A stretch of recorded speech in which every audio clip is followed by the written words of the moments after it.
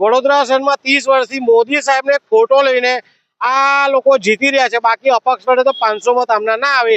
વડોદરા મહાનગરપાલિકાના અક્કલના ઓથમીરો જે સત્તાધીશો છે, અધિકારીઓ છે, એ વડોદરા શહેરમાં વૃક્ષારોપણ કરવું જોઈએ। ક્યાં રોડ રસ્તા પર કોઈ ડિવાઈડર હોય ત્યાં આગળ વૃક્ષારોપણ કરવું જોઈએ, પરંતુ જે રીતે વડોદરા મહાનગર સેવા સદનને મેવા ન મળે ત્યાં સુધી સેવા કરવાની એમને ભાવના જાગતી નથી, અને સેવામાં બી મેવા લેવાની।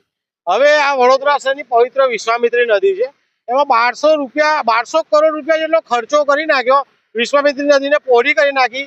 એ પૈસા હવે કઈ ગયા ખબર નહીં મને પણ, અને સાથે એમાંથી માટી નીકળી એ પણ આ અક્કલના ઓથમીરો આપણે કહીએ છીએ। બાકી આ ચોરોએ ચોરીને માટી પણ ક્યાંક વેચી નાખી, અને એના પછી નવું લાયા ગતકડું કે આપણે નદીની માટી ના ધોવાય એના માટે આપણે અહીંયા વૃક્ષારોપણ કરીએ। એટલે વિશ્વામિત્રી નદીના કિનારે એક છોડના 2000 ટ્રી ગાર્ડના 2000 ના ભાવે વૃક્ષારોપણ એટલે ઝાડો બધે લગાવી દીધા છે। અત્યારે વિશ્વામિત્રી નદીમાં ફ્લડ આવ્યું એટલે કે પાણી આવ્યું, જોઈ શકો છો ઘણા ટ્રી ગાર્ડ નમી ગયા છે, ઘણા તૂટી ગયા છે, અને એકવાર પાણીમાં કોઈ પણ વસ્તુ પડી રહે એટલે ઝાડ કે છોડ સુકાઈ જાય, મરી જાય।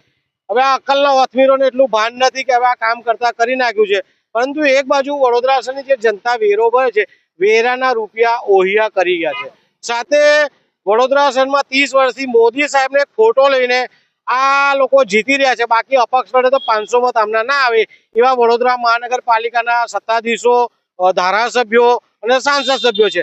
તો અમારે હવે વિનંતી એ છે કે આમાં જે નીતિ નિયમ મુજબ કોન્ટ્રાક્ટમાં જે પણ લિસ્ટ લીધું એ પ્રમાણે આ જે પુલ કે ટ્રી ગાર્ડ તૂટી ગયા છે એ વહેલી તકે બનાવવામાં આવે, સાથે આનો ખર્ચો પણ વડોદરા શહેરની સામે મૂકવામાં આવે, અને આ અક્કલના ઓથમીરે કોણે કોણે આમાં સહીઓ કરી છે પ્રજા સમક્ષ મૂકે એવી અમારી માંગ છે।